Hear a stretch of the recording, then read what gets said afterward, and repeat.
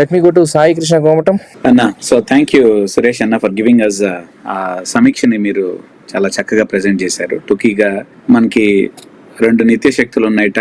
ఒకటి డార్క్నెస్, చీకటి. నిత్య చీకటి అనేటువంటిది, ఆ నిత్య చీకటి దేవుళ్ళలోకి ప్రవేశించడానికి ప్రయత్నిస్తూనే ఉంది. మనం బయట వెళ్ళినప్పుడు జోరీగలు ఎట్లాగైతే చెవులో మనకి అంటుంటాయో, లేకపోతే ముక్కులోకి రాత్రిపూట దోమలు ఎట్లాగైతే వెళ్ళటానికి ప్రయత్నిస్తున్నాయో, అట్లానే దేవుడికి కూడా చీకటి అనేటువంటిది అదే విధంగా ప్రవేశించడానికి ప్రయత్నించడానికి విఫలమవటం.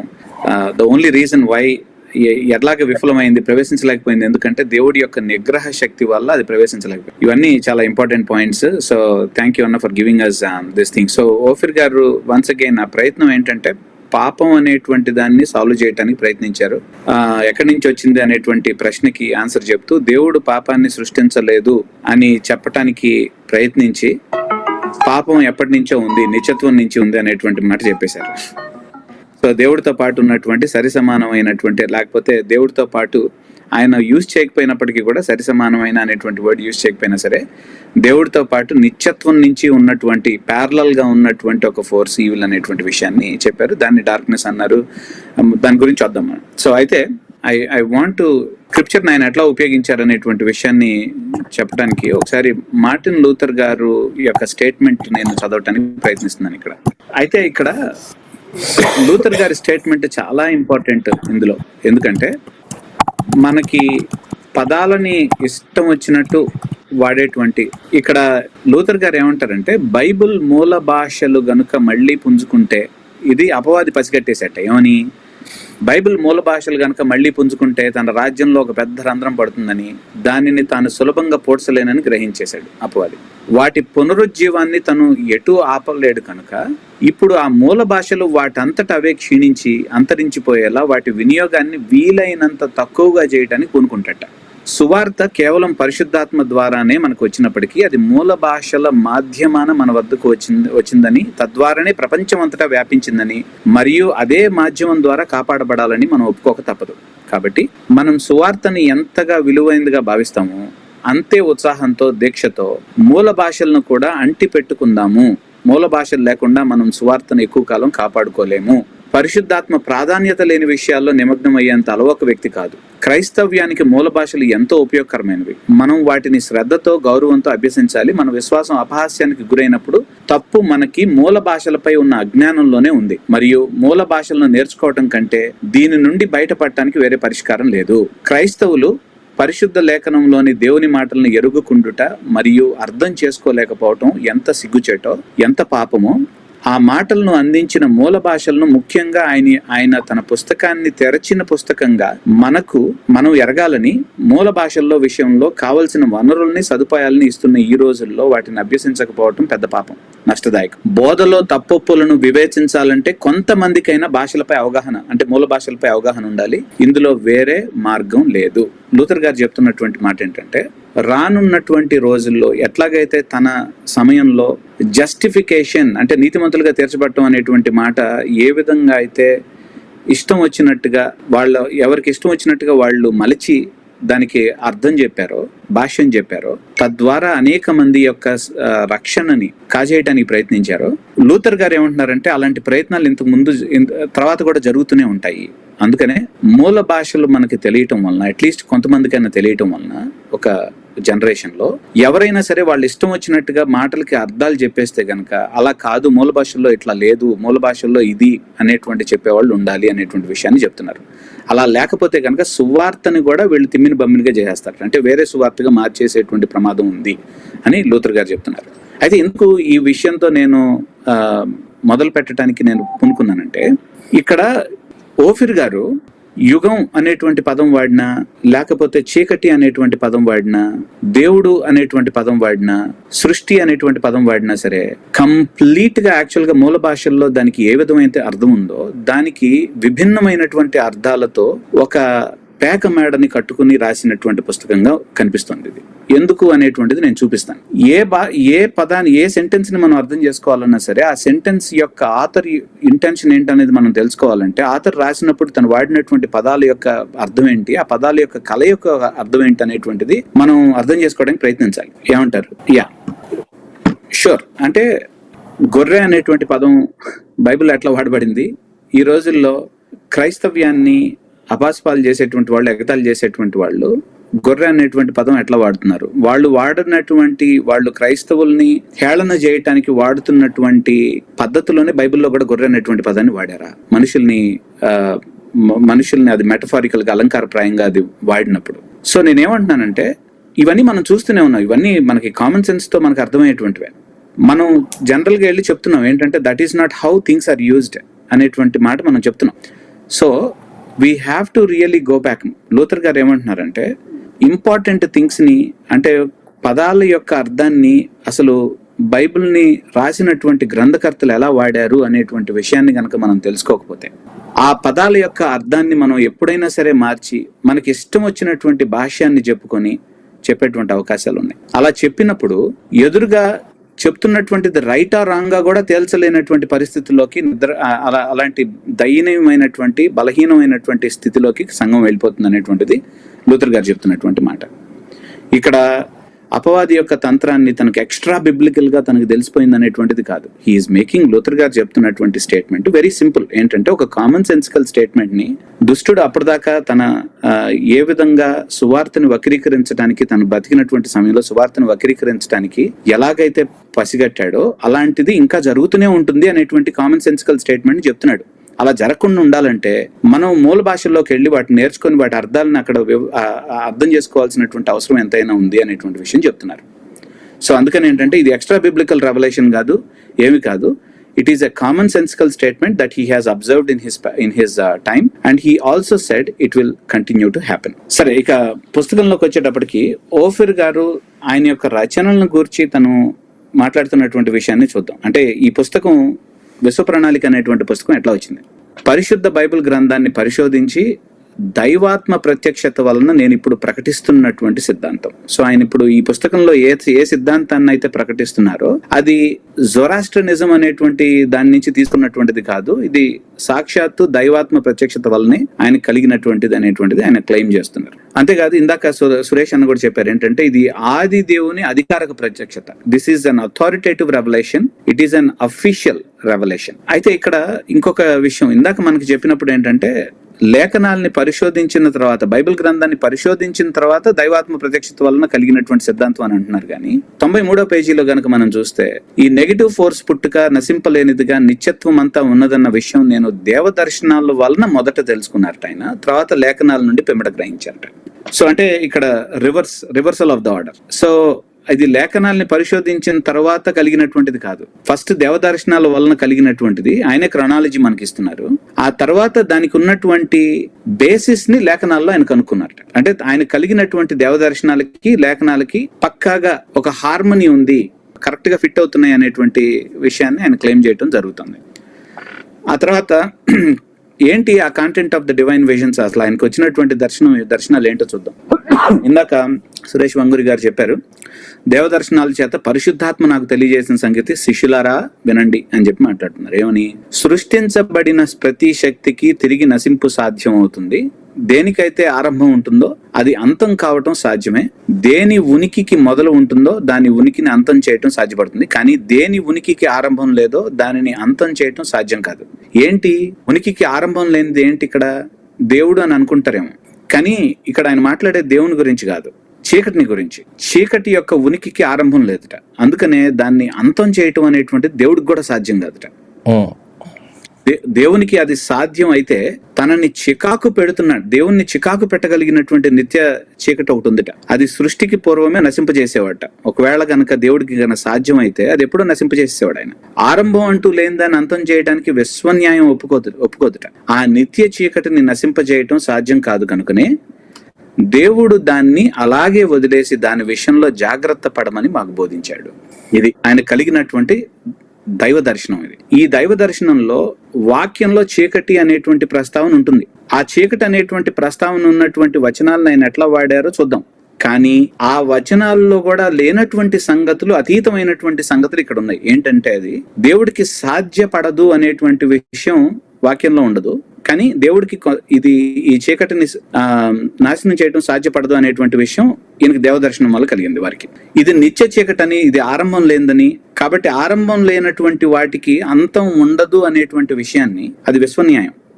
దేవుడికి కూడా దాన్ని అంతం చేయటం అనేటువంటిది అసాధ్యం అనేటువంటిది విశ్వన్యాయం. అది కూడా మనకు బైబిల్లో ఎక్కడ కనిపించదు, కానీ దేవదర్శనాల వల్ల కలిగినటువంటిది. అంటే నేనేం చెప్పడానికి ఇష్టపడుతున్నానంటే, ఇందులో మనకు కలిగేటువంటివి ఏంటంటే, ఇదంతా కూడా ఎక్స్ట్రా బిబ్లికల్ గా, అంటే బైబిల్కి అతీతంగా వచ్చినటువంటి విషయాలే.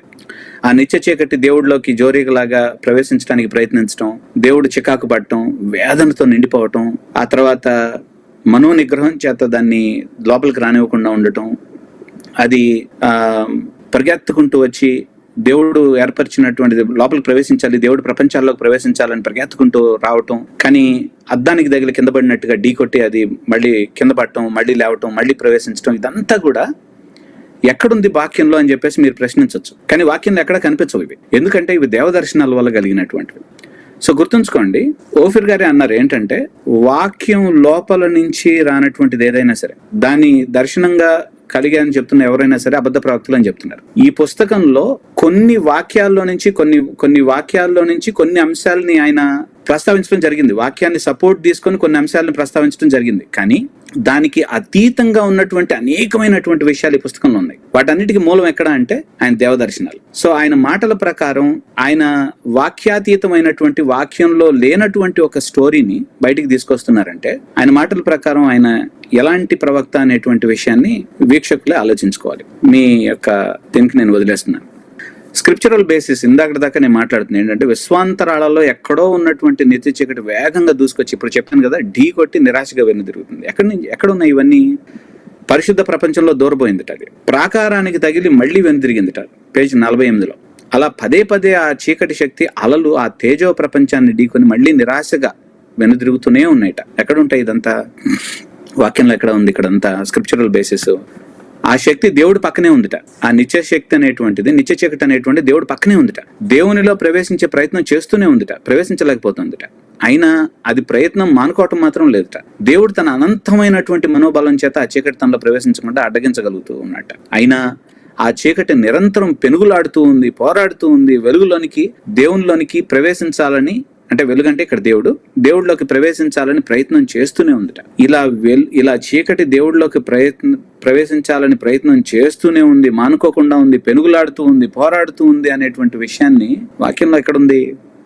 జాగ్రత్త గుర్తుంచుకోండి. ఇక్కడ వాక్యంలో కనిపించేటువంటి మాటలు ఏంటంటే, దేవుడు అనేటువంటి మాట మీకు కనిపిస్తుంది వాక్యంలో, చీకటి అనేటువంటి మాట మీకు కనిపిస్తుంది వాక్యంలో. ఈ రెండు తప్పితే ఇంకేమీ కనిపించవు ఇక్కడ. ఈ స్టోరీలో ఆ రెండు తప్పితే ఇంకేం కనిపించవు. మిగిలిందంతా కూడా ఇది దేవదర్శనాల వల్ల కలిగినటువంటి ఒక అభూత కల్పన.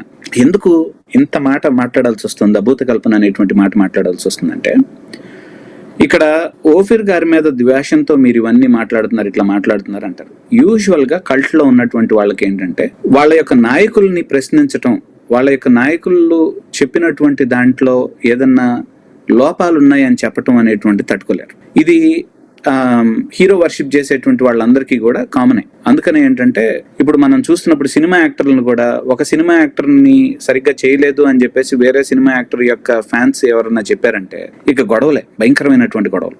కానీ వాక్యం దగ్గరకు వచ్చేటప్పటికి మనకు అట్లాంటిది ఉండకూడదు. ఎందుకంటే మనం ఇంతకు ముందే చూసాం, వాక్యం దగ్గరకు వచ్చేటప్పటికి నిజమైనటువంటి సూపర్ హీరో మనకు ఒకళ్ళే, ఎవరంటే దేవుడు. సో ఆయన యొక్క ఔన్నత్యాన్ని ఎవరైనా సరే పాడు చేస్తున్నప్పుడు, ఆయన యొక్క ఔన్నత్యాన్ని దిగజార్చేటువంటి ప్రయత్నం ఎవరైనా చేస్తున్నప్పుడు అది మనకు బాధ కలగాలి. కానీ మన నాయకుడిని మనం అన్నాం కాబట్టి వాళ్ళు ద్వేషపూరితంగా అన్నారనేటువంటిది తీసుకోవాల్సినటువంటి అవసరం లేదు. ఇక్కడ విషయం ఏంటంటే, దేవుడు ఓఫిర్ గారు అన్నారనేటువంటి ద్వేషంతో కూడా చేస్తున్నటువంటిది కాదు, లేకపోతే కోపంతో చేస్తున్నటువంటిది కాదు, బాధ్యతతో, భారంతో చేస్తున్నటువంటి పని. ఎలాంటి దేవుడిని ఈ పుస్తకంలో ప్రవేశపెడుతున్నారనేటువంటి విషయాన్ని ముందు ముందు మనం చూస్తాం. కానీ వాక్యం విషయంలో ఎలాంటి వాక్యాన్ని, అంటే వాక్యానికి వేసినటువంటి స్థానం ఏంటి, వాక్యానికి ఉన్నటువంటి స్థానం ఏంటి అనేటువంటి విషయాన్ని నేను చూపిస్తున్నాను ఇక్కడ మనకి. ఇప్పటిదాకా చూసాం దేవదర్శనాలు మొదట, వాక్యం పిమ్మట. దేవదర్శనాలు వాక్యంలో లేనటువంటి, వాక్యాతీతమైనటువంటి అనేకమైనటువంటివి ఆ స్టోరీలో ఉన్నటువంటి ప్రధానమైనటువంటి భాగాలన్నీ కూడా మనకి వాక్యంలో లేనటువంటివి కనిపిస్తుంది. సో దీన్ని బట్టి ఈ పుస్తకం వాక్యానికి ఇచ్చినటువంటి స్థానం ఏంటో వీక్షకులే ఒకసారి బేరీజ్ వేసుకోండి. సఫిషియన్సీ ఆఫ్ ద స్క్రిప్చర్ అంటే వాక్యం ఇక చాలినటువంటిది. సఫిషియన్సీ ఆఫ్ ద స్క్రిప్చర్ ని ఎట్లా ఈ 2వ పేజీలో మాట్లాడినటువంటి మాట ఏ విధంగా సపోర్ట్ చేస్తుందా, తృణీకరిస్తుందా అనేటువంటి విషయాన్ని చూడండి. మనం ఈ ప్రపంచాన్ని చూస్తుంటే పరిశుద్ధ లేఖనాల కాంతిలో చూడగలిగినంత మేరకు ఈ విశ్వ చరిత్రను గమనిస్తే ఇదంతా ఒక సమస్యల పుట్టగా కనిపిస్తుంది. అంటే ఏముందండి ఇందులో స్టేట్మెంట్, ఈ స్టేట్మెంట్ లో తప్పే ఉందండి అని అనుకోవచ్చు. రంధ్రాన్వేషణ చేస్తున్నారు అనుకునేది కూడా కాదు, ఏ కలిపేయాల్సినటువంటి అవసరం కూడా లేదు ఇక్కడ. కానీ చాలా జాగ్రత్తగా నిశ్చితంగా పరిశీలించేటువంటి వాళ్ళకి అర్థమైపోతుంది ఏంటంటే, పరిశుద్ధ లేఖనాల కాంతిలో చూడగలిగినంత వరకు కనుక ఈ ప్రపంచాన్ని చూస్తే విశ్వ చరిత్ర అంతా కూడా ఒక సమస్యల పుట్టగా కనిపిస్తుంది. మరి ఆ సమస్యలు ఎక్కడి నుంచి వచ్చినాయి, ఆ సమస్యలు ఎట్లా తీరుతాయి అనేటువంటి విషయాన్ని కనుక్కోవాలంటే ఎక్కడికి రావాలట? ఓఫిర్ గారి గ్రంథాల దగ్గరికి రావాలి. అంటే విశ్వంలో జరుగుతున్నటువంటి సమస్య, విశ్వాన్ని మనం చూసినటువంటి తీరు లేఖనాలు ఒక రకంగా చూపిస్తున్నాయి. అంటే నిజంగా చెప్పాలంటే ఒక సమస్యల పుట్టగా చూపిస్తున్నాయి. కానీ దాన్ని నిజంగా మనం దాన్ని సంపూర్తిగా చూడాలంటే అదే ఇదంతా ఎక్కడికి వెళ్తుంది అనేటువంటి విషయాన్ని, అసలు ఎక్కడ మొదలైంది, ఎక్కడికి వెళ్తుంది, ఏం జరుగుతుంది అనేటువంటి విషయాలు మనకు పూర్తిగా కనిపించాలంటే ఓఫిర్ గారి పుస్తకాల దగ్గరికి రావాలి. ఇక దీన్ని బట్టి లేఖనాల యొక్క సఫిషియన్సీ అనేటువంటిది ఓఫిర్ గారు నిజంగా ఎంతవరకు నమ్ముతారనేటువంటి చూడండి. అంటే ఈ ఒక్క స్లైడ్ లో ఉన్నటువంటి అంశాన్ని బట్టి నేను మీరు నిర్ణయం తీసుకోండి అని చెప్పట్లేదు. ఇంతకు ముందు ఆయన అన్నటువంటి మాటలు, ఈ పుస్తకంలో ఇంతకు ముందు అన్నటువంటి మాటల ప్రకారం వీటిలన్నిటినీ క్యుములేటివ్ గా చూసి ఆయన లేఖనాలకు ఇచ్చినటువంటి స్థానాన్ని ఒకసారి మీరే ఒకసారి మీరు వివేచించాల్సిందిగా నేను మనవి చేస్తున్నాను ఇక్కడ. ఇక ఆయన చెప్పినటువంటి కథకు మొత్తానికి 4 ప్రధానమైనటువంటి వాక్య భాగాలను తీసుకోవటం జరుగుతుంది. ఆయన ఏంటి ఆ 4 వాక్య భాగాలని అంటే, యోహాను సువార్త 1వ అధ్యాయం 5వ వచనం. అక్కడ 1వ అధ్యాయం 5వ వచనంలో ఏమని ఉంటుందో ఒకసారి జాన్ క్రిస్టఫర్ అన్న, మీ దగ్గర తెలుగు బైబిల్ ఉందో లేదో నాకు తెలియదు ఇప్పుడు ప్రస్తుతానికి. ఉంది. ఒకవేళ ఉంటే గనక మన వీక్షకుల కోసం ఒకసారి యోహాను సువార్త 1వ అధ్యాయం 5వ వచనాన్ని చదవగలరా? ఎస్. ఆ వెలుగు చీకటిలో ప్రకాశించుచున్నది గాని చీకటి దాని గ్రహింపకుండెను.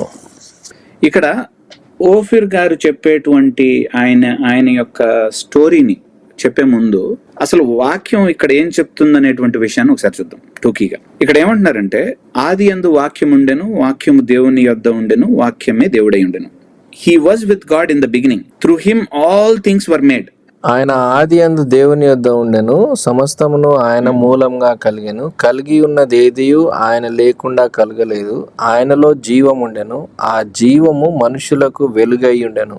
ఆ వెలుగు చీకటిలో ప్రకాశించున్నది గాని చీకటి దాన్ని గ్రహింపకుండెను. చాలు కదా. ఇక్కడ దీన్ని ఓఫిర్ గారు ఎట్లా చదువుతారో చూద్దాం. ఇది ఆయన పుస్తకంలో నుంచి స్క్రీన్ షాట్ తీసి పెట్టాను నేను, ఏమి మార్చలేదు, నేను టైప్ చేయలేదు. ఇది అంటే ఆ ప్రథమ స్థితిని మనం ఊహించుకోవాలట. మళ్ళీ ఒక మహా తేజో మండలాన్ని, దాని చుట్టూ చీకటిని కూడా ఊహించుకోవాలి. ఇలా వెలుగు పక్కనే చీకటి గుర్తించటం చాలా ప్రాముఖ్యం. ఎందుకంటే ఇక్కడ చీకటి అని చెప్పబడుతున్నది మామూలు చీకటి కాదు. 5వ వచనం చూడండి, చీకటి దానిని అంటే వెలుగును గ్రహించలేకపోయింది. అంటే ఏంటి? వెలుగును గ్రహించలేకపోయింది అని మాట్లాడుతుంది. కాబట్టి ఈ చీకటి అనేటువంటి దాన్ని మనం ఎట్లా ఊహించాలంటే, ఇది నిత్య చీకటిగా మనం ఊహించాలి. ఇది దేవుడితో పాటు నిత్యత్వం నుంచి ఉన్నటువంటి చీకటిగా మనం ఊహించుకోవాలి. ఇలా చదువుతారు ఓఫిర్ గారు. మరి మీరు అనొచ్చు, మీకు నాకు వచ్చేటువంటి ఒక అబ్జెక్షన్ ని వారే ఊహించేసుకున్నారు ఫస్ట్. ఏమనంటే, మరి ఏంటండి కలిగి ఉన్నదంతా కూడా ఆయన ద్వారానే కదా కలిగింది అని మాట్లాడుతున్నారు కదా అంటే, ఓఫిర్ గారు ఏమంటారంటే, చూసారా, మీరు అక్కడే పొరపాటు పడుతున్నారు. అక్కడ ఏమన్నారు? కలిగి ఉన్నదంతా కూడా ఆయన ద్వారానే కలిగిందన్నారు. కానీ చీకటి కలగలేదు కదా ఆయన ద్వారా. చీకటి కలగలేదు కదా, ఆద్యాంతం లేనటువంటిది చీకటి అనేటువంటిది. ఈ నిత్య చీకటిది. దేవుడు ఎట్లాగైతే ఆద్యాంతరహితుడో, ఈ చీకటి కూడా ఆద్యాంతరహితమైనటువంటిది. కాబట్టి ఇది కలగలేదు, కాబట్టి ఇది దేవుడు చేశాడు అనేటువంటిది అనకూడదు అని చెప్పేసి అంటారు. కానీ అక్కడ ఓఫిర్ గారు ఏం చేస్తున్నారంటే, 3వ వచనంలో మొదటి భాగాన్ని తీసేస్తున్నారు. ఒకసారి 3వ వచనంలో మొదటి భాగాన్ని చదువుతారన్నా తెలుగులో. కలిగి ఉన్నది ఏదియు ఆయన లేకుండా కలగలేదు. దాని ముందు ఆయన ఆది యందు దేవుని యొద్ద ఉండెను, సమస్తమును ఆయన మూలంగా కలిగెను, కలిగి ఉన్నది ఏదియు ఆయన లేకుండా కలగలేదు. చూసారా, ఇక్కడ ఏమంటున్నారంటే, సమస్తము ఆయన మూలంగా కలిగింది అంటున్నాడు. ఆ తరువాత ఏమంటున్నాడంటే, ఆయన మూలంగా సమస్తము కలిగిందంట అన్న తర్వాత, సమస్తం ఆయన మూలంగా కలిగింది అన్న తర్వాత కలిగి ఉన్నది ఏది కూడా ఆయన లేకుండా కలగలేదు అంటున్నాడు. సో ఇక్కడ ఓఫీర్ గారు ఏమంటున్నారంటే సమస్తము మైనస్ చీకటి అని చదువుకోవాలి మనం ఆయన ప్రకారం. సో ఇప్పుడు ఇలాంటి వచనాలే మీరు కొలసీలకు రాసినటువంటి పత్రిక 1వ అధ్యాయం మీరు 15వ వచనం చదువుతున్నారు అనుకోండి. ఆయన అదృశ్య దేవుని స్వరూపి అయి సర్వ సృష్టికి ఆది సంభూతుడై ఉన్నాడు. ఏలయనగా ఆకాశమందున్నవియు భూమి అందున్నవియు దృశ్యమైనవి గాని అదృశ్యమైనవి గాని అవి సింహాసనములైనను ప్రభుత్వములైనను ప్రధానులైనను అధికారులైనను సర్వమును ఆయన యందు సృజింపబడెను. సర్వమును ఆయన ద్వారాను ఆయనను బట్టి సృజింపబడెను. చూసారా, ఇక్కడ మీరు నేను చదువుతున్నప్పుడు అంటే మనల్ని ప్రత్యక్షత లేని వారు అనుకోవచ్చు, కానీ మనం చదువుతున్నప్పుడు for in him all things were created అని ఉంది. సమస్తము కూడా ఆయనలోనే, ఆయన ద్వారానే, ఆయన మూలంగానే కలిగింది అనేటువంటి విషయం చెప్తున్నాం. అక్కడ విషయాన్ని చెప్తున్నప్పుడు అక్కడ ఓఫీర్ గారు ఏమంటారంటే, చూసారు ఇక్కడే మీరు పొరపాటు పడుతున్నారు, మీరు సరిగ్గా వాక్యాన్ని చదవట్లేదు, మీకు చెవుడు ఉందేమో గానీ నాకు మాత్రం లేదు, నేను వాక్యాన్ని సరిగ్గా వింటున్నాను అంటారు. ఎట్లాగా? అక్కడ ఆయన ఏమంటారంటే heaven and earth, visible and invisible, thrones or powers or rulers or authorities. ఇక్కడ heaven, things in heaven and on earth. ఇక్కడ మాట్లాడుతున్నటువంటి మాటలు దేని గురించి మాట్లాడుతున్నారంటే పరలోకం భూమి మీద మాట్లాడుతున్నటువంటి విషయాల గురించి మాట్లాడుతున్నారు. అంటే చీకటి కానీ పరలోకం అంటే హెవెన్ ఎర్త్ రెండింటి మీద లేదని. కానీ ఒకటే గుర్తుంచుకోవాలి, ఇక్కడ ఓఫీర్ గారు చెప్పేటువంటిది పనిచేయదు. ఎందుకంటే మెరిజం అంటారు దీన్ని. మెరిజం అంటే ఏంటంటే సమస్తం అనేటువంటి విషయాన్ని చెప్పటానికి మనం కొన్ని మాటలు వాడతాం. ఉదాహరణకి పగలనక రాత్రి అనక నేను కష్టపడుతున్నాను అని అంటాం. అంటే ఓహో, అంటే సాయంత్రం కష్టపడతలేదన్నమాట నువ్వు అని అన్నారు అనుకోండి ఎవరన్నా, వాళ్ళకి అర్థం కానట్లు లెక్క. నేను అహర్నిశం కష్టపడుతున్నాను అనేటువంటి విషయం చెప్పడానికి పగలనక రాత్రి అనక కష్టపడుతున్నాను అంటాం. ఈ రెండిటికి మధ్యలో ఏదో సాయంత్రం ఉంది కాబట్టి, సాయంత్రం అనే పేరు మెన్షన్ చేయలేదు కాబట్టి, సో ఆ సాయంత్రం అనేటువంటి విషయాన్ని, సాయంత్రం అయితే కష్టపడ్డాన్ని తీసుకోవటం అనేటువంటిది వితండవాదం అవుతుంది.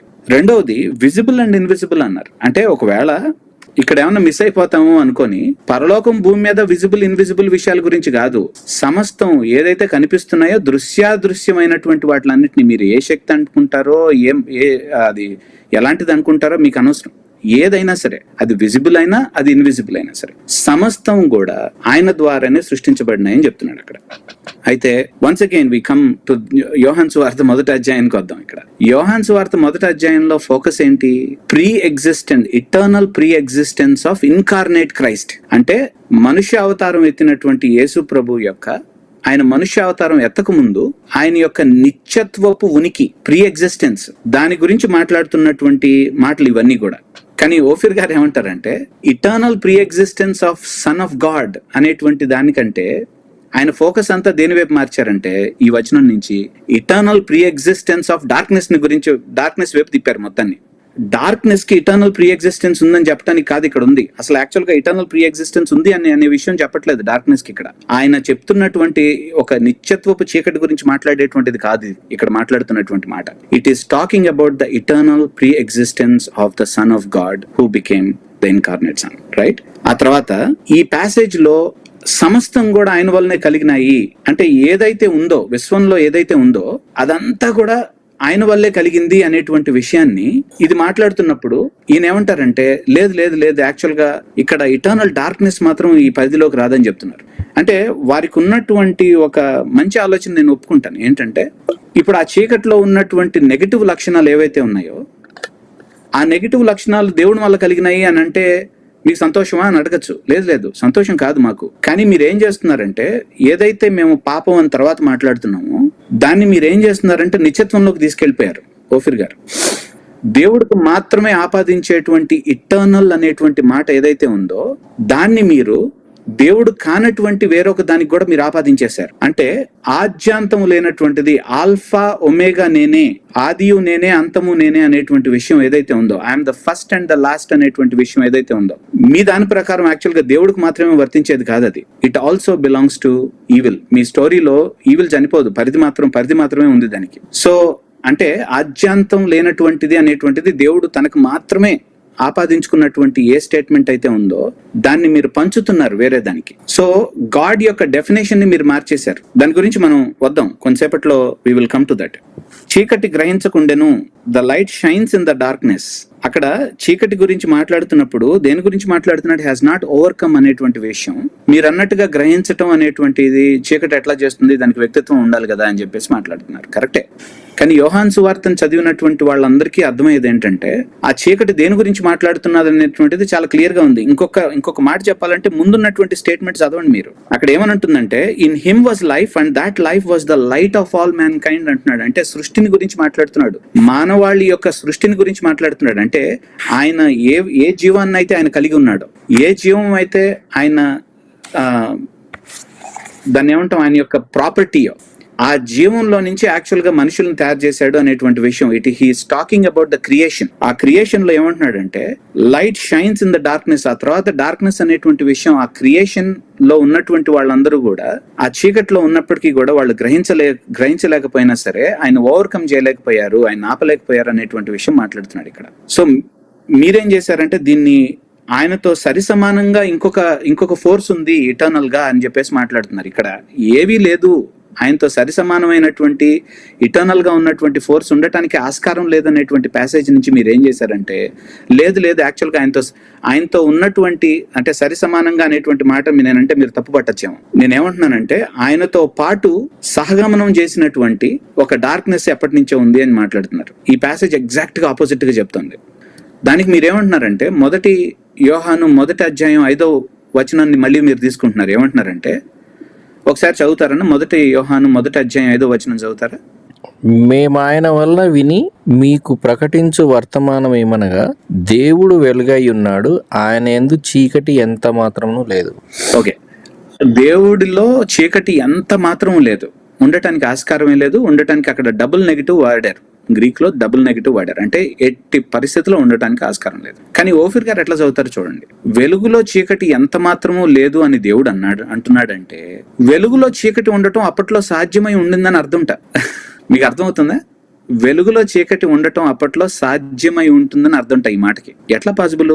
వెలుగులో చీకటి ఉండగలిగే అవకాశం ఉన్నప్పటికీ ఏదో బలమైన కారణం చేత ఆ చీకటి వెలుగులోనికి ప్రవేశించలేకపోతుందని అర్థంట. అసలు వెలుగులో చీకటి ఎంత మాత్రం లేదు అని అంటానికి అక్కడ చీకటి అనేటువంటిది 1 యోహాను పత్రికలో చీకటి అనేటువంటిది మోరల్ క్వాలిటీ గురించి మాట్లాడుతున్నటువంటి విషయాలు. చీకటిలో నడవటం అంటే సహోదరుని ద్వేషించడం అని ఇట్లాంటివన్నీ మీకు కూడా తెలుసు, ఎందుకంటే మీరు రాశారు కొన్ని క్వాలిటీస్ అక్కడ. ఇప్పుడు దేవుడు వెలుగై ఉన్నాడు, ఆయనలో చీకటి ఎంత మాత్రం లేదు అని అంటే చీకటి ఆయనలో ఉండేటువంటి అప్పట్లో సాధ్యమై ఉంటుందని అర్థం. అట్లా అనుకుంటే 92వ కీర్తన 15వ వచనం ఒకసారి జాన్ అన్న చదవగలరా మీరు తెలుగులో? ఐ థింక్ మ్యాసరేటిక్ టెక్స్ట్ తెలుగులో 14వ వచనం అయి ఉండొచ్చేమో. నాకు ఆశ్రయదుర్గమైన యెహోవా యథార్థవంతుడనియు ఆయన యందు ఏ చెడుతనమును లేదనియు ప్రసిద్ధి చేయుటకై వారు ముసలితనమందు ఇంకా చిగురు పెట్టుచుందురు. ఆయన యథార్థవంతుడు, ఆయనలో ఏం లేదు, ఏ చెడుతనం లేదు. అంటే ఇప్పుడు దీన్ని ఎట్లా తీసుకోవాలి? దేవుడు వెలుగై ఉన్నాడు, ఆయనలో ఏమాత్రం చీకటి లేదు అనే విధంగానే ఆయన యథార్థవంతుడు, ఆయనలో ఏ చెడుతనం లేదంటే అప్పట్లో చెడుతనం కూడా ఆయనలో ఉండటానికి సాధ్యమై ఉండిందని తీసుకోవాలా మనం అక్కడ? ఇక్కడ ఓఫీర్ గారు చాలా జాగ్రత్త. అంటే ఓఫీర్ గారిని నేను మిస్రిప్రజెంట్ చేయడం నాకు అస్సలు ఇష్టం లేదు. ఓఫీర్ గారు ఆయన ఏమంటున్నారంటే దేవుడిలో చీకటి ఉండదనే అంటున్నారు. కానీ దేవుడిలో చీకటి ఎందుకు ఉండలేదట? ఆయన ఇచ్చినటువంటి కారణం ఏంటో తెలుసా? ఆయన పుస్తకంలో చీకటి అప్పట్లో ఆయనలో చీకటి ఉండటం అప్పట్లో సాధ్యమై ఉంటుంది, వెలుగులో చీకటి ఉండటం అప్పట్లో సాధ్యమై ఉంటుందని చెప్తున్నప్పుడు ఆయన చెప్తున్నట్టు ఏంటంటే దేవుడిలో ఆ చీకటి ఎందుకు ప్రవేశించలేకపోయిందంటే కేవలం దేవుడి యొక్క మనోబలం, ఆయన యొక్క నిగ్రహ బలం అంట. దైవ కుమారులను అంటే ఏంజల్స్ ఆయన ప్రకారం తయారు చేసినప్పుడు వాళ్ళందరికీ దేవుడు ట్రైనింగ్ ఇస్తున్నాడు. ఆ ట్రైనింగ్ ఇచ్చేటప్పుడు ఎందుకు ట్రైనింగ్ ఇస్తున్నాడు అంటే ఈ చీకటి ఏదో ఒక శరీరం కావాలి, ఎవరిలో ఒకరికి నేను దూరాలి అని ప్రవేశిస్తోంది. వీళ్లలో కూడా ప్రవేశించేటువంటి అవకాశం ఉంది, కానీ వీళ్ళకి నేను ఫస్ట్ ట్రైనింగ్ ఇవ్వాలి అనుకుని దేవుడు ఏం చేశారంటే ఫస్ట్ అగ్నివలయాన్ని ఏర్పరిచి ఆ అగ్నివలయం మధ్యలో వాళ్ళందరినీ కూర్చోబెట్టి వాళ్ళకి దేవుడు ట్రైనింగ్ ఇస్తున్నారు. ఆ ట్రైనింగ్ లో దేవుడు వాళ్ళతో చెప్పినటువంటి మాటలన్నీ కూడా ఓఫీర్ గారు యాక్చువల్ గా దేవదర్శనాల వల్ల ఈ పుస్తకంలో రాశారు.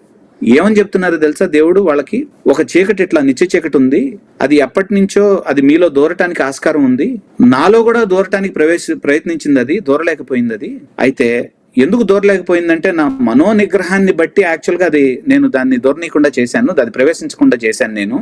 మీరు కూడా నాలాంటి మనో నిగ్రహం చేత ఆ చీకటి మీలో ప్రవేశించకుండా ఉండేటట్టు చేయాలని. సరైనటువంటి అవగాహన లేనటువంటి వాళ్ళు ఏం చేస్తారంటే ఇలాంటి స్టేట్మెంట్స్ కి పడిపోతారు. కానీ చూడండి ఇక్కడ ఏం చేశారంటే చాలా సటిల్ గా, మరి తెలిసి చేశారో తెలియక చేశారో నాకు తెలియదు కానీ కావాలని చేశారు. దేవుడి యొక్క నేచర్ ని, స్వభావాన్ని మార్చేశారు ఇక్కడ. ఎగ్జాక్ట్లీ. అయితే ఇక్కడ ఏమంటారంటే, మనం బైబిల్లో యాక్చువల్ గా దేవుని యొక్క డెఫినేషన్ బైబిల్ ఎట్లా ఇస్తుందంటే, ఆయనలో చీకటి ఎంత మాత్రము లేదు, ఆయనలో దుష్టత్వం ఎంత మాత్రము లేదు అంటే అర్థం ఏంటంటే ఆయన యొక్క నేచర్ అది, ఆయన యొక్క స్వభావం అది. ఆయన యొక్క స్వభావం ఏంటంటే దుష్టత్వాన్ని, చీకటిని హోస్ట్ చేయడానికి ఆస్కారం లేదు దేవుడు, ఎందుకంటే ఆయన యొక్క స్వభావం అట్లాంటిది కాబట్టి. ఇప్పుడు కానీ ఓఫిర్ గారు చెప్తున్నది ఏంటంటే, స్వభావం అనేటువంటి దాన్ని ఎగరగొట్టేశారు. కేవలం నిగ్రహ బలాన్ని బట్టే యాక్చువల్ గా దేవుళ్ళలోకి అది ప్రవేశించలేదని చెప్తున్నారు. This is not actually the God, this is not how the Bible describes God. బైబిల్లో ఉన్నటువంటి దేవుడు అబద్ధం చెప్పడానికి ఆస్కారం లేదు, ఆయన చెప్పలేడు కూడా. He can't. ఎందుకంటే ఆయన స్వభావానికి వ్యతిరేకం అది, ఆయన స్వభావ విరుద్ధం అది. That is not his nature. చీకటి కలిగి ఉండటం అనేటువంటిది ఆయన స్వభావానికి nature. He can't host darkness. కానీ ఓఫిర్ గారి ప్రకారం ఏంటంటే, ఆ డార్క్నెస్ యాక్చువల్ గా దేవుడిలో ఉండటానికి సాధ్యం ఉంది, కానీ కేవలం ఉండకపోవటానికి కారణం ఏంటంటే దేవుడి యొక్క ఇంద్రియ నిగ్రహం, లేకపోతే దేవుడికి ఉన్నటువంటి మనోబలం లేదా నిగ్రహ శక్తి ఇంకో చోట వాడారు. This is not God of the Bible. ఇట్లా అనుకుంటే మనం 92వ కీర్తన 15వ వచనాన్ని కూడా, లేకపోతే 14వ వచనం అనుకుంటే తెలుగులో, దాన్ని కూడా ఎట్లా తీసుకోవాలంటే, దేవుడిలో దుష్టత్వం ఉండటానికి ఆస్కారం ఉంది, సాధ్యం ఉంది, కానీ కేవలం ఆయన యొక్క నిగ్రహ బలాన్ని బట్టి యాక్చువల్ గా దుష్టత్వం ఆయనలో ప్రవేశించలేదు. అలా తీసుకుందామా? రెండోది, దీని వల్ల ఇంకొకటి నష్టం కూడా ఏంటంటే, నిగ్రహ బలాన్ని బట్టి యాక్చువల్ గా దైవ కుమారులు ఏం చేస్తున్నారంటే వాళ్ళలో చీకటి చేరకుండా చేస్తున్నారు. సో అంటే దేవుడికి వాళ్ళకి మధ్యలో వ్యత్యాసం ఏం లేదు. విత్ రెస్పెక్ట్ టు చీకటి విషయంలో దేవుడికి వాళ్ళకి మధ్యలో వ్యత్యాసం ఏం లేదు. వాళ్ళు కూడా నిగ్రహ బలంతో చీకటిని ప్రవేశించకుండా చేశారు, వీళ్ళు కూడా నిగ్రహ బలంతో, ఈయన కూడా నిగ్రహ బలంతో ప్రవేశించకుండా చేశారు. అయితే ఆయన సృష్టికర్త, వీళ్ళు సృష్టికర్తలు కాదంతే. బట్ బైబిల్ యాక్చువల్ గా క్వాలిటేటివ్ గా దేవుడు అనేటువంటి పదానికి క్వాలిటేటివ్ గా చాలా డిస్టింక్షన్ చూపించింది. అది తర్వాత సుధాకర్ గారు, అనిల్ గారు ఆ విషయాన్ని ప్రస్తావిస్తారు.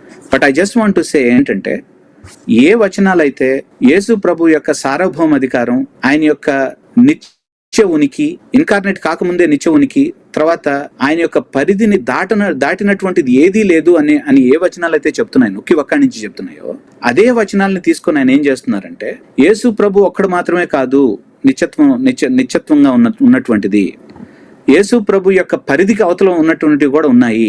అంటే ఏ వచనాలు ఏ విషయాలని చెప్పడానికి బైబిల్లో ఎంఫసైజ్ చేస్తున్నాయో అదే విషయాలను యాక్చువల్ గా ఒక చేత్తో ఒప్పుకుంటూనే ఇంకో చేత్తో లాగేసుకుంటున్నారు. ఓఫిర్ గారిని అడిగితే యేసు ప్రభు యొక్క ఇటర్నల్ ప్రీ ఎగ్జిస్టెన్స్ ని మీరు ఒప్పుకుంటారో? ఒప్పుకుంటారు, ఖచ్చితంగా ఎస్ అంటారు. But at the same time అదే నోటితో యేసు ప్రభు యొక్క నిత్యత్వ ప్రీ ఎగ్జిస్టెన్స్ అని చెప్పడం, అదే నోటితో మళ్ళీ యాక్చువల్ గా యేసు ప్రభుతో పాటు మరొక నిత్య చీకటి ఉంది అని చెప్పడం అనేటువంటిది, ఇటర్నాలిటీ అనేటువంటిది, అది కేవలం యేసు ప్రభుకు మాత్రమే కాదు వర్తించేటువంటిది. It also applies to something else. ఈ వచనాలు యాక్చువల్ గా యోహాను సువార్త 1వ అధ్యాయంలో ఈ రకమైనటువంటి తప్పుడు సిద్ధాంతాన్ని కొట్టివేయటానికే యోహాను భక్తుడు రాసినటువంటి మాటలు ఇవి. అలాంటిది అవే మాటలను ఉపయోగించుకొని మళ్ళీ ఆయన యొక్క సిద్ధాంతాన్ని అవే మాటలను ఉపయోగించుకొని మళ్ళీ చొరబెట్టడానికి ప్రయత్నిస్తున్నారు. ఇక్కడ దిస్ నాట్ రైట్. ఓఫిర్ గారు మరొక వచనాన్ని వాడేస్తున్నారు. యోబు గ్రంథం 38వ అధ్యాయం 19వ వచనం 20వ వచనాన్ని చదివితే వారు ఏమంటారంటే, ఇప్పుడు ఇందాక మనకు చెప్పారు కదా, మనం ఏం ఊహించుకోవాలని చెప్పారు అక్కడ, ఒక మహా తేజో మండలం ఉంది, ఆ తేజో మండలం పక్కన యాక్చువల్ గా చీకటి కూడా ఉంది, చీకటికి ఒక మండలం ఉంది, మహా తేజో మండలం ఒకటి ఉంది. ఆ మహా తేజో మండలం ఏంటంటే వెలుగుకు ఉన్నటువంటి డ్వెల్లింగ్ ప్లేస్. అది ఆయన ప్రకారం వెలుగు అంటే ఏంటి? సాక్షాత్తు దేవుడే. సో దేవుడికి ఒక తేజో మండలం ఉంది, చీకటికి కూడా ఒక ప్రదేశం ఉందని ఊహించుకోవాలి మనం. దీనికి అసలు ఆ వచనం యోహాను సువార్త 1వ అధ్యాయం అలా చెప్తుందా లేదా అనేటువంటిది కాదు. ఆయనకి దేవదర్శనం కలిగింది, ఆ దేవదర్శనంలో చీకటి నిత్యంగా ఉన్నట్టు నాకు తెలిసింది, దానికి వచనాన్ని వాడుకుంటాం. కానీ దీనికి సపోర్ట్ వచ్చేస్తుంది వెంటనే, యోబు గ్రంథం నుంచి వచ్చేస్తుంది. అదేంటో కానీ యోబు గ్రంథం నుంచి అందరికీ సపోర్టింగ్ వర్సెస్ దొరికేస్తాయి. చూద్దాం. యోబు గ్రంథం 38వ అధ్యాయం 19-20 వచనాల్లో నిజంగా ఈ చీకటికి యాక్చువల్ గా ఒక ప్రదేశం ఉందా లేదా అనేటువంటి చూద్దాం. చదువుతారన్న ఒకసారి. వెలుగు నివసించు చోటునకు పోవు మార్గమేది, చీకటి అనుదాని ఉనికి పట్టు ఏది? చూసారా, చీకటికి ఉనికి పట్టు ఉంది. చీకటికి ఉనికి పట్టు ఉండటం ఏంటి అసలు అంటే, ఇప్పుడు మనం మాట్లాడుకున్నటువంటి యోబు గ్రంథంలో చెప్తున్నటువంటి చీకటి ఏంటంటే అబ్సెన్స్ ఆఫ్ లైట్ కాదు. ఇది చిక్కటి శక్తి, నిత్య శక్తి, ఎప్పటి నుంచో ఉన్నటువంటి శక్తి.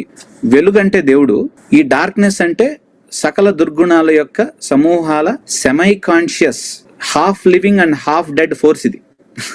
అది ఎట్లా ఉంటుంది అనేటువంటిది మళ్ళీ మనం అడగాలి. స్క్రిప్చర్లో అసలు అలాంటి బీయింగ్స్కి పాసిబిలిటీ ఉందా అండి?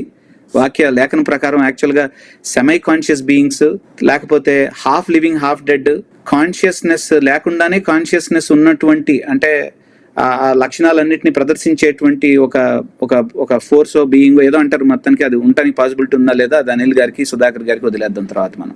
సో ఇక where is the way to the dwelling of light, where is the place of darkness, ఇది వచనం చెప్తుంది. ఇది మీరు నేను చదివితే మనం ఏం చేస్తామంటే, యోబు గ్రంథం 38వ అధ్యాయం, ఇది పద్యం. ఏ విధంగా అయితే ఎన్నో కీర్తన ఆయన చెప్పింది గద్యభాగం అని, 139వ కీర్తన, 139వ కీర్తన గద్యంట. అంటే నన్ను క్షమించండి, అంటే అవహేళనగా నేను అవ్వట్లేదు, కానీ నేను ఏమంటున్నానంటే ఎందుకు ఇంత భ్రమపడుతున్నారు అంటే, అది కీర్తన అనేటువంటి విషయం తెలియట్లేదు అక్కడ, అది పద్యం అనేటువంటి అక్కడే చెప్తున్నాం కదా, 139వ పద్యం, అది గద్యం ఎట్లా అవుతుంది? సో యోబు గ్రంథంలో గద్యభాగం ఉంది, పద్యభాగం కూడా ఉంది, చాలా వరకు పద్యభాగం ఉంది. ఇది 38వ అధ్యాయం పద్యానికి సంబంధించినటువంటిది. ఆ పద్యంలో కూడా సృష్టించబడినటువంటి విషయాలను గురించి మాట్లాడుతున్నారు ఇక్కడ. ఈ అధ్యాయం అంతా చూసుకోండి మీరు, ఈ అధ్యాయం అంతా కూడా పద్యాలను గురించి సృష్టించబడినటువంటి విషయాలను గురించి మాట్లాడుతున్నారు. ఉదాహరణకి నేను ఓపెన్ చేస్తున్న 38వ అధ్యాయంలో, సో సముద్రాన్ని గురించి మాట్లాడతారు, ఎర్త్ని గురించి మాట్లాడతారు, మనిషిని గురించి మాట్లాడతారు, తర్వాత మేఘాలను గురించి మాట్లాడతారు, థిక్ డార్క్నెస్, మేఘాల చుట్టూ ఉన్నటువంటి థిక్ డార్క్నెస్ గురించి మాట్లాడతారు, రకరకాలైనటువంటివి, అంటే వాటిని పద్య రూపంలో రకరకాలైనటువంటి అలంకారాలని వాడి మాట్లాడుతున్నటువంటి మాటలు. So have you seen the gates of the deepest darkness, have the gates of death been shown to you, అంటే మరణానికి గేట్లు ఉంటాయా? తర్వాత అంటే ఇవన్నీ అలంకార రూపంలో మాట్లాడినటువంటి మాటలు కదా. 19వ మాటలో కూడా ఈ డార్క్నెస్ అనేటువంటిది నిత్యత్వం, నిత్య చీకటి అనేటువంటిది ఎవరు చెప్పారు మీకు? అంటే ఇది మీరు చెప్తున్నది ప్రకారం అయితే మీ చీకటి ఆద్యంతరహితమైనటువంటి చీకటి, సృష్టించబడినటువంటి చీకటి. కానీ ఇక్కడ సృష్టించబడినటువంటి వస్తువుల గురించి, సృష్టించబడినటువంటి విషయాల గురించి మాట్లాడుతున్నటువంటి మాటలు ఇవన్నీ కూడా, అవి కూడా పద్య రూపంలో, అలంకార రూపంలో మాట్లాడుతున్నటువంటి మాటలు. ఇక్కడ లైట్ అంటే మీరు దేవుడు అని తీసుకుంటున్నారు, అంటే ఇక్కడ డార్క్నెస్ అంటే నిత్య చీకటి తీసుకున్నప్పుడు ఇదే వచనంలో లైట్ అంటే దేవుడు అని కూడా తీసుకోవాలి కదా మీరు. సో దేవుడి యొక్క డ్వెల్లింగ్ ని గురించి మాట్లాడుతున్నారా? మరి 24వ అధ్యాయంలో కూడా వెలుగును గురించి మాట్లాడారు కదా. ఒకసారి 24వ వచనం చదువుతారన్న అదే అధ్యాయంలో.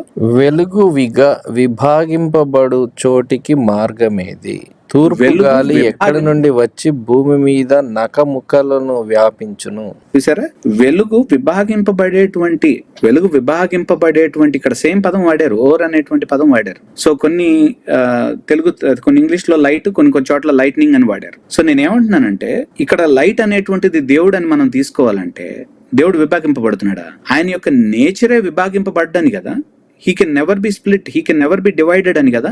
అంటే ఇక్కడ వెలుగును మనం ఎట్లా తీసుకోవాలి? అద్వితీయుడు. అంటే మనం ఇక్కడ ఎలా తీసుకోవాలి?